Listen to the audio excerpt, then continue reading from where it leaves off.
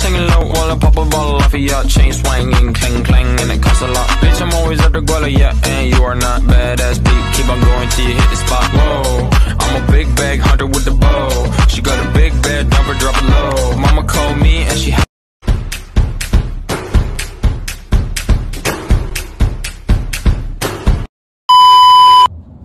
Secara sederhana, bisnis adalah semua kegiatan yang dilakukan seseorang atau lebih yang terorganisasi dalam mencari laba melalui penyediaan produk yang dibutuhkan oleh konsumen. Sementara keterkaitan ekonomi dan bisnis yaitu kondisi ekonomi memiliki dampak yang kuat terhadap kinerja dari setiap bisnis karena dapat mempengaruhi pendapatan atau beban dari bisnis tersebut. Ketika perekonomian kuat, tingkat lapangan kerja tinggi, dan kompensasi yang dibayarkan kepada karyawan juga tinggi. Yang selanjutnya adalah terdapat beberapa faktor yang membentuk lingkungan bisnis. Yang pertama kompetitor, yang kedua pemasok, yang ketiga media, yang keempat kelompok pelanggan-pelanggan, yang kelima pemerintah, yang keenam kondisi pasar, yang ketujuh kondisi ekonomi, yang kedelapan teknologi, yang kesembilan pemodal, dan yang kesepuluh adalah tren dan beragam pihak lain yang berasal dari luar perusahaan. Berikut adalah faktor yang mempengaruhi pembangunan dan pertumbuhan ekonomi. Yang pertama adalah sumber daya alam, yang kedua adalah sumber daya manusia, yang ketiga akumulasi modal, yang keempat adalah tenaga manajerial dan organisasi produksi, yang kelima adalah ilmu pengetahuan dan teknologi, yang keenam adalah faktor politik dan administrasi pemerintah, dan yang ketujuh adalah aspek sosial budaya. Jadi, lingkungan bisnis dapat diartikan sebagai keseluruhan dari faktor-faktor eksternal yang mempengaruhi perusahaan. Sedangkan arti lingkungan secara luas mencakup semua faktor eksternal yang mempengaruhi individu, perusahaan, dan masyarakat. Sistem ekonomi merupakan sistem negara untuk mengalokasikan sumber daya antar warga negaranya, baik individu maupun organisasi, sehingga dapat menciptakan peluang bisnis dan dapat membentuk badan usaha.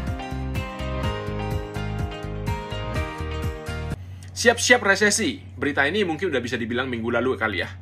Inflasi Amerika Serikat udah mencapai 9,1%, terburuk dalam 41 tahun terakhir. Yuk kita bahas apa kira-kira dampaknya buat Indonesia. Pertama-tama, kalau negara lagi inflasi tinggi, pasti pemerintah akan menaikkan suku bunga. Nah, kenaikan suku bunga ini bisa membuat bisnis semakin lesu karena pengusaha akan lebih hati-hati untuk ngeluarin dana. Makanya, banyak startup yang pendananya mampet karena investor pada narik dana mereka. Indonesia sendiri tingkat inflasinya mencapai 4,35% di bulan Juni 2022. Resesi AS ini akan bikin rupiah melemah kepada US dollar, sehingga barang-barang yang diperkirakan juga akan naik, apalagi industri-industri yang banyak bergantung pada impor.